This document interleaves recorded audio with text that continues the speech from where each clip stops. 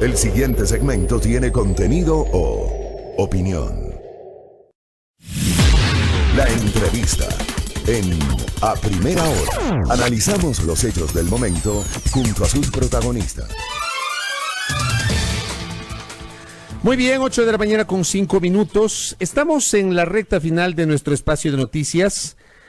Nos llegó una información a propósito de la rueda de prensa de la Policía Nacional hace minutos. Policía Nacional liberó a ciudadanos secuestrados en San Lorenzo y detuvo a 7 implicados. Esta información es de hace pocos minutos, generada por la Fuerza Pública. La Policía Nacional del Ecuador, a través de sus unidades especiales, ejecutó un operativo en diversos puntos de la provincia de Esmeraldas para lograr la liberación de un ciudadano que en horas de la mañana de este miércoles 29 de enero fue secuestrado por un grupo de 7 personas en la localidad de Carondelet 1, en el distrito San Lorenzo. Una vez que la policía tuvo conocimiento del hecho delictivo, se activaron de inmediato equipos del Servicio Preventivo y de la Unidad Antisecuestros y Extorsión UNACE para localizar a la víctima y liberarla de inmediato, así como ubicar y detener a los responsables. Gracias a los trabajos coordinados y a las primeras investigaciones, se logró la captura de 7 ciudadanos de nacionalidad ecuatoriana y extranjera, quienes serían los presuntos secuestradores, los mismos que fueron detenidos en diferentes zonas de la provincia. Dentro del proceso investigativo se realizaron allanamientos de diferentes inmuebles.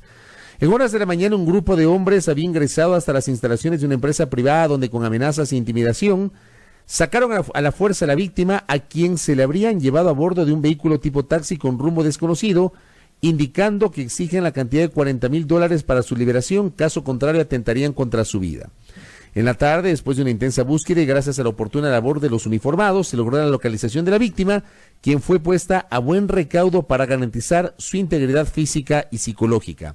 Junto a los detenidos se encontraron varios indicios, 3 vehículos en los que se movilizaban los antisociales, un arma de fuego, municiones y varios celulares, los mismos que fueron ingresados a la cadena de custodia. Información fresquita que nos llega por parte de la Policía Nacional, que justamente ha sido emitida en el curso de esta jornada. Muy bien. 8:07, recta final de la primera hora. Esta evidentemente es, digamos, una semana en la cual en estos días se han generado diversos espacios de recordación, un ejercicio de memoria, sobre un hecho que no debe pasar desapercibido. Siempre apelamos en este espacio de noticias a recordar la historia, conocer la historia, para tener claridad muchas veces sobre lo que pasa en el presente. Hace un cuarto de siglo, hace 25 años, las Fuerzas Armadas ecuatorianas tuvieron un papel protagónico en defensa de la heredad territorial. De eso hablamos a inicios de esta semana con el militar en servicio pasivo Fidel Araujo, que estuvo justamente en la zona del conflicto bélico del Alto Cenepa. Pero también hace 25 años, amable audiencia, hubo una cruzada diplomática para justamente acercar posiciones y allanar el camino para lo que ocurrió 3 años después, que fue la firma del acuerdo de paz entre Ecuador y Perú. En esa cruzada diplomática, en aquellos aciagos días de enero y que se prolongaron por varias semanas posteriores, hubo un colega periodista que tuvo un papel protagónico. Yo debo haber tenido 3 años en el ejercicio de la profesión, me precio de ser su amigo, lo veía a la distancia porque trabajaba en Guayaquil en aquel tiempo. Edgar Vázquez, periodista en aquel tiempo de Teleamazonas, con una destacadísima trayectoria en medios de comunicación en el ámbito del periodismo, estuvo varias semanas en Brasilia, siguiendo de cerca las negociaciones y acompañando al equipo de la Cancillería liderado por el entonces vicecanciller Marcelo Fernández de Córdoba, a efectos de lograr una solución diplomática que permita el cese al fuego en la zona de frontera. Una experiencia de vida con Edgar Vázquez, que tiene la gentileza de acompañarnos en esta mañana. Bienvenido, Edgar, qué gusto. Gracias, Fabricio, buenos días a nuestros gentiles oyentes, gracias por la invitación. ¿Cuánto tiempo estuviste en Brasilia? 23 días. Y esto precedido por un par de jornadas. Bueno, el tema de Ecuador y Perú es uno de los temas transversales de mi hacer periodístico, desde los años 90, desde cuando ya estalló en el año 1991 exactamente el conflicto de Pachacutic, algo parecido a lo de Paquicia y a lo del Alto Cenepa, pero sin llegar a esas dimensiones. Claro, de ese no se recuerda mucho, ¿ah? No mucho, o casi pero, nada. pero eso fue el eje, es importante esto, ese fue el eje para que el presidente Rodrigo Borja, exactamente agosto de 1991, agarre todo el tema limítrofe, que hasta entonces no tenía una definición clara y precisa, y pretenda que el Papa lo dirima. Él fue a la conferencia de Naciones Unidas y le pidió al Papa que arbitre sobre todo el tema limítrofe, no solamente sobre lo que no estaba delimitado. ¿Borja pidió arbitraje o peritaje papal? Arbitraje papal, porque entonces el presidente Fujimori viene en una histórica primera visita en marzo de 1992, viene a Quito y le propone al Ejecutivo de entonces, Rodrigo Borja, y al Congreso de entonces, a la sociedad ecuatoriana, le propone el peritaje papal, y ahí sí focalizado sobre los temas que requerían de demarcación en el Alto Cenepa. Bueno, Borja ya se iba, lamentablemente, esto estamos hablando del año 92, él se fue en agosto del 92, la tarea era el siguiente gobierno, no la siguió, sencillamente. Vino ahí una aproximación con Fujimori, ahí hubo una jornada amigable en la ciudad de Bahía, donde ciclearon juntos. En Bahía de Caracas, en diciembre del 92, recuerdo. Exactamente. Recuerdo, cuando Fujimori fue a Bahía. Exactamente. De ahí, en el año 93, una instancia congresil que llegó al Perú, que también la acompañé, pero nada más. Se abandonó totalmente la hipótesis del doctor Rodrigo Borja. Bueno, y ahí quedamos un poco al garete de los acontecimientos. ¿Y qué es lo que pasaba en el Perú en el año 93? Fujimori se declaró dictador y entonces exigía la legitimidad de todos los sectores, que no le fue fácil de ninguna manera. Por eso es que en el 94 las tensiones políticas pues empiezan a recrudecer en el Perú y él necesitaba una válvula de escape. Y esa fue el ataque a los puestos ecuatorianos, al statu quo que teníamos en los puestos militares en el Alto Cenepa, en Cueva de los Tallos, ¿no es cierto?, en históricos y trascendentales sitios como Tiguinza, que de repente entre noviembre y diciembre son invadidos por una orden del que entonces era el jefe del Comando Conjunto de las Fuerzas Armadas del Perú, Nicolás de Bari Hermoso, un adversario declarado del país, ¿no? Ahí había una triada rara, complicada, Alberto Fujimori, Vladimiro Montesinos y Nicolás de Bari Hermoso. Para diciembre del año 1994, ya los diputados de las zonas fronterizas denunciaban esto, pero no había mucha cobertura. Como ya las Fuerzas Armadas no podían sostener las cosas, me acuerdo, en Teleamazonas se me dispuso que vaya a Lima porque había una histórica reunión de vicecancilleres para tratar de detener lo que ya empezaron a hacer una serie de disturbios en la zona. Acompañamos entonces al vicecanciller de diciembre de 94, Jaime Marchán, actual embajador en el Reino Unido, y el que fue el vicecanciller del Perú, Eduardo Ponce Vivanco, que fue embajador en Quito desde el año 90. Él conocía a los políticos, a los empresarios, a los periodistas, conocía a toda la sociedad ecuatoriana, se sabía de memoria cómo era el Ecuador y las condiciones complicadas que tenemos, ¿no es cierto?, aquí en el país políticamente hablando. De esa reunión lamentablemente no salió nada y ya vino el resto del mes de diciembre, un mes en donde las Fuerzas Armadas salen en franco, porque son fechas emblemáticas, y ahí es donde el Perú sigue avanzando. Y se da más o menos en la época de Navidad ya un choque grave, donde el ahora general Luis Hernández tuvo que detener una avanzada peruana en Tiguinza. Esto así hasta el mes de enero, pero seguía creciendo el enfrentamiento, esta guerra no de declaraciones.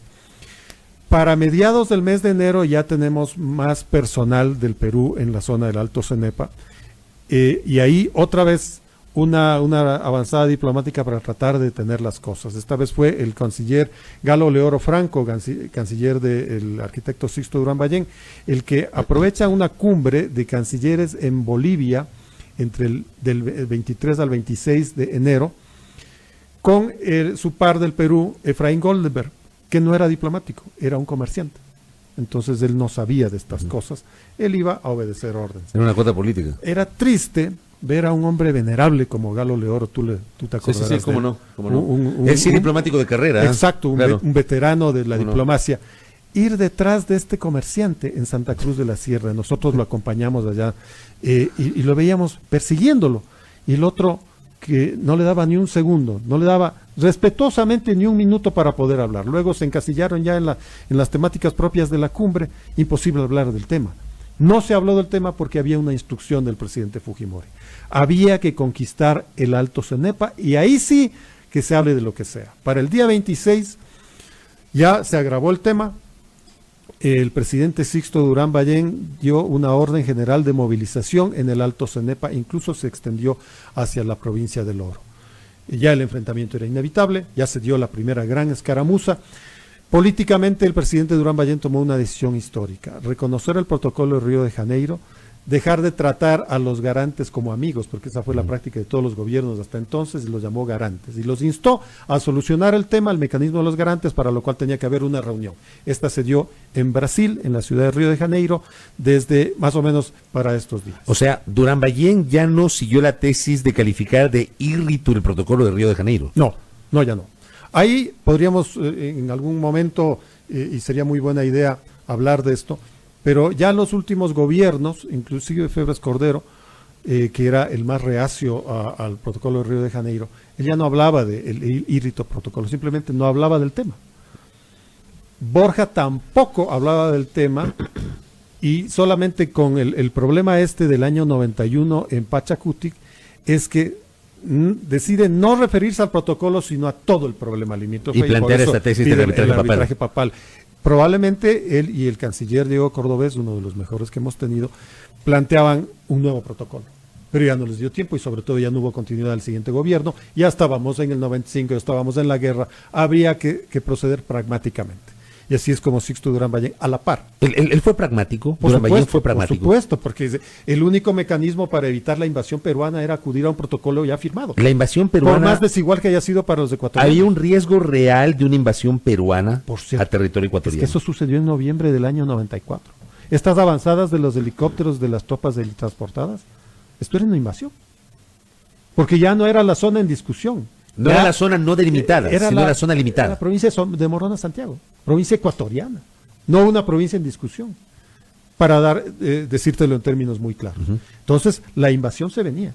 El presidente Durán Ballén acudió al protocolo y a la vez a todas las instancias de la sociedad ecuatoriana, reflejada en una frase: ni un paso atrás. Y todo el pueblo y toda la sociedad con él, ¿no? Reconociendo que había una resistencia muy clara, muy digna de las Fuerzas Armadas. Y claro, ahí es donde sale la avanzada diplomática para buscar un cese al fuego, pero digno, que respete el statu quo, es decir, donde estaban las fuerzas de uno y otro país a septiembre del año 1994. Pero esto tomó 6 días en Río de Janeiro, donde no se llegó a nada. El vicecanciller del Perú, Eduardo Ponce de Banco, hacía todo lo posible por demorar, además de que él llegó antes que Marcelo Fernández de Córdoba, quien dirigía la misión Eduardo ecuatoriana. Ponce era el barbado, ¿no? Exactamente. Sí, bueno. Más o menos tenía una presencia como la que tú tienes ahorita. Tiene una barba más no, más evidente. La del más digna. No, yo solo tengo chiva. Pero yo me acuerdo de él. Como no. Bueno, él llegó antes que Marcelo Fernández por problemas de logística y aprovechó eso para entrevistarse con cada uno de los delegados que eran vicecancilleres de los 4 países de Estados Unidos, de Argentina, Chile y Brasil. Esto fue en Río. Esto fue en Río de Janeiro para un 27 de enero del año 1995. ¿Y en qué momento van a Brasilia? Yo llego al día siguiente, también por problemas logísticos, y me quedo ahí 5 días, porque 5 días duró esa instancia. Nada menos que estaba el canciller de los Estados Unidos para América Latina, Alexander Watson, quien tenía un problema, que era casado con una ciudadana peruana, y se le acusó ahí de que hacía lobbying por el Perú. Pero lo cierto es que el Perú llegó con gran ventaja a esa reunión. Fernández de Córdoba no aceptó un documento que ya le habían redactado el Perú y los vicecancilleres, y en eso se pasaron 5 días hasta que Watson dijo: yo ya me tengo que ir, mi avión me está esperando. Entonces Fernández de Córdoba les dice en rueda de prensa: bueno, esto tiene que reanudarse en Brasilia. Nosotros nos quedamos aquí hasta acordar el cese al fuego. Eduardo Ponce incluso ya se dirigía al Perú, pero él se quedó en Río de Janeiro. 2 días más tarde avanzó a Brasilia. En Brasilia, desde más o menos el 5 de febrero hasta el 17 de febrero, ¿no? O sea, yo me iba también por 5 días, pero me quedé más de 3 semanas, jornadas de 18 horas. Nosotros entrábamos a las 10 de la mañana al Palacio Itamaraty en Río de Janeiro, una maravilla, legado del imperio brasileño del siglo XVIII, cerca del Estadio Maracaná, que además es una zona donde se toman los trolebuses y los buses hacia las favelas. En la noche, hasta ahora, es una zona muy peligrosa. Claro. Nosotros salíamos de ahí a las 4 o 5 de la mañana con las cámaras, te acordarás que eran las cámaras de doble cuerpo. Claro, teníamos la cámara y la casetera. Claro, de 3 y ambas cuartos. pesadas. Imagínate caminar a esas horas por Río de Janeiro. Qué bárbaro. Pero aún así teníamos que hacer. Y a las 10 de la mañana teníamos que volver. Igual en Brasilia, ¿no? Lo que transmitíamos y que se acordarán, pues, quienes veían la televisión en aquellos tiempos, era que les transmitíamos la llegada de unos señores diplomáticos, les entrevistábamos, ellos decían, estamos trabajando, no adelantaban nada. Lo que realmente pasaba era que el Perú hacía todo lo posible para ganar posiciones militares. Para dilatar la negociación. El día 11 de febrero es un día histórico. Ahí el presidente Fujimori se hace fotografiar en la selva, bañándose en un río de la selva. Y él dice que era Tiguinza, que se había apoderado de Tiguinza.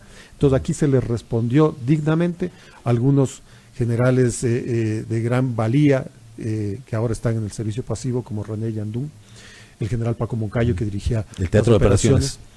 Le desmentían al Ecuador y al mundo que eso había sucedido. Claro, me acuerdo del baño de Fujimori en el falso Tiguinza. Claro, eso originó que al día siguiente vaya una misión de periodistas en especial, nacionales e internacionales hasta Tiguinza. Alfonso Espinosa, Diego Quéndolos, Miguel Rivadeneira, algunos otros periodistas de los principales diarios que fueron hasta el sitio y probaron con GPS que ese era el territorio ecuatoriano, que el Ecuador estaba controlando Tiguinza, que era mentira lo que decía Fujimori. Eso se transmitió en el Brasil. Y entonces, claro, éramos el único medio ecuatoriano en Río de Janeiro y en Brasilia. Y los corresponsales nos decían, no, tú ya perdiste todo. Fujimori ya se apoderó de Tiguinza. Mira, aquí está el despacho. Yo, entonces, a constatar con Quito, aquí en la sede de Teleamazonas, ellos me decían, eso es mentira, diles ahí. Entonces, fíjate que había una guerra militar, obviamente, había una guerra política, había una guerra diplomática y también había una guerra informativa. En muchas de esas coberturas, que eran, como te digo, 18 horas larguísimas, había también un solo representante del Perú, del diario El Comercio, que es un diario muy respetable hasta ahora en el Perú. Y a veces nos sentábamos a discutir, pero en serio, pues, ¿no? Con protocolo de Río de Janeiro, con el laudo Díaz de Aguiar, y con toda la historia limítrofe de ambos países. Y era muy entretenido y muy ilustrativo. Los colegas a veces hicieron notas de esas disputas, amigables, por cierto, entre los periodistas. Hasta que finalmente, en un 13 de febrero, día aciago para el país, se produce una de las peores avanzadas de los peruanos en el Alto Cenepa, y murieron gran parte de la soldadesca ecuatoriana. 13 de febrero del 95. 13 de febrero del 95. En Brasilia, Eduardo Ponce Vivanco abandona la mesa de negociaciones. Claro, él estaba haciendo tiempo hasta que efectivamente tomen el Alto Cenepa al Perú. Yo lo alcanzo a ver, él bajaba por las gradas de Itamaraty y con la cámara prendida me le lanzo. Esto lo hemos conversado con algunos colegas en estos días, porque no se podía ser objetivo en esas circunstancias. Yo te iba a preguntar eso, o sea... Era imposible. Tú eras el único periodista destacado en Brasilia y en Itamaraty, el único periodista ecuatoriano, en una cobertura muy compleja. ¿Cómo dejas esto que siempre se habla, ¿no? La imparcialidad, la objetividad, cosas que yo no creo, pero estás en el deber de recolectar información y de reportar esa información a la audiencia. Me imagino que no podía ser objetivo ni imparcial en ese momento porque se trataba de un tema de país. Cuidado, no es que le estábamos mintiendo, no es que nos estábamos inventando las noticias, pero nuestras preguntas eran cargadas, era inevitable. Estaba en ciernes una invasión del Perú al Ecuador. Estaba en ciernes otra vez convertir el Ecuador en el famoso Chinchasuyo, pues, ¿no? del imperio incásico. Es decir, el Ecuador, una provincia del Perú. No podía ser. Estaba en juego el futuro del Ecuador, el futuro de cada uno, el futuro de mi familia, de mi hijo, en ese tiempo. Entonces, imposible que sea objetivo. Por eso es que te digo, lo veo a Eduardo Ponce Vivanco y me le lanzo pues con toda la rabia, si es que cabe el término. Le digo, ¿por qué usted no sigue adelante en las negociaciones? Ya había para entonces un proyecto de Marcelo Fernández de Córdoba, un proyecto digno, realizable, de cese al fuego con dignidad, ocupando las posiciones de cada uno. Y él no lo firmaba. Eduardo Ponce no lo firmaba. Entonces decía, ¿por qué no firma? Entonces el otro decía, Edgar, es que usted tiene que entender la situación. No, vicecanciller, ¿por qué no firma? Es que usted lo que quiere es ganar tiempo. No, Edgar, esa es una versión suya. Y así era, le preguntaba, esta fue una entrevista muy dramática que a mucha gente le llamó la atención aquí en el Ecuador. El hombre finalmente, al ver que yo no cambiaba de pregunta, optó por coger su maletita e irse. Abandonó la entrevista. Entonces, ahí con mayor incertidumbre y con mayor desconsuelo. ¿Qué va a pasar con nuestro país? Por suerte, esa avanzada no prosperó. Las fuerzas dirigidas por el general Paco Moncayo mantuvieron sus posiciones. No le quedó otra alternativa ante la presión internacional al Perú que firmar el cese de fuego consignado en la Declaración de Paz de Itamaraty, que se firmó un 17 de febrero a las 2 de la mañana. Yo no lo podía creer. Y igual como les pasó a los periodistas ecuatorianos que fueron a Tigüinza y que cantaban el himno a voz en pecho y con lágrimas en los ojos, en esa ocasión a las 2 de la mañana cantamos el himno con la misión diplomática del Ecuador en Brasilia, integrada por el embajador César Valdivieso, el embajador Alfredo Luna Tobar, para ese momento uno de los hombres más expertos, un sabio en materia territorial, sobrino además del embajador Tobar Donoso que firmó el protocolo de Río de Janeiro. Momentos emocionantes, hermosos, lindísimos.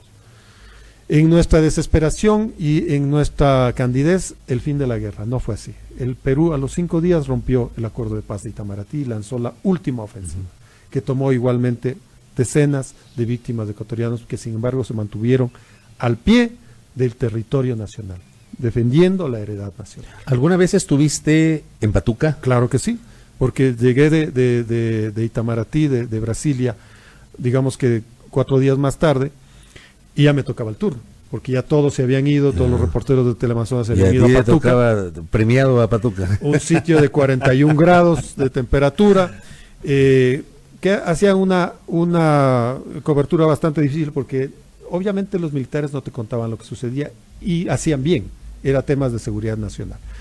Yo ahí estuve 2 semanas hasta que llegó la misión de observadores de los países garantes, que ese fue uno de los acuerdos a los que se llegó el 17 de febrero en la Declaración de Itamaraty. Y eso también fue muy emocionante ver ya cómo la paz empezaba a dibujarse en la zona.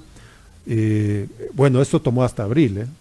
Seguían uno que otro esporádico ataque, pero lo más terrible es que la zona, el Perú dejó sembrada de minas, muchas de las cuales hasta ahora no se han limpiado. Una de las páginas más bellas de la historia ecuatoriana, de dignidad para el pueblo ecuatoriano. Habría sido bueno aprovechar ese momento cero de la historia del Ecuador para seguir adelante con esa pretensión del país, no solo de paz, que le dio la victoria militar. Después, 3 años más tarde, se cerraron las fronteras. No solo era un tema de paz, era también un tema de desarrollo y de bienestar. Me temo mucho que esto último no se ha cumplido, 25 años más tarde. Totalmente de acuerdo. ¿Fue tu cobertura más compleja, la más emblemática de tu carrera periodística, Edgar Vázquez? Yo le di mi vida a ese tema. Siempre me había gustado este tema. Mi papá fue reservista en 1941. Él estuvo en la guerra del 41. Él me contaba cómo mandaron un tren desde aquí. Sencillamente lo abandonaron ya en la zona de Loja. Y él tuvo que regresar a Quito como podía. En 1981 yo tenía 15 años y vi el artero ataque a Paquicia, que también nos unió.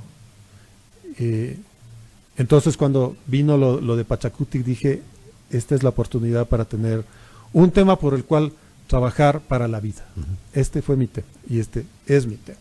Este tema me ha consagrado y sobre todo lo he abrazado más allá de como periodista, como ciudadano.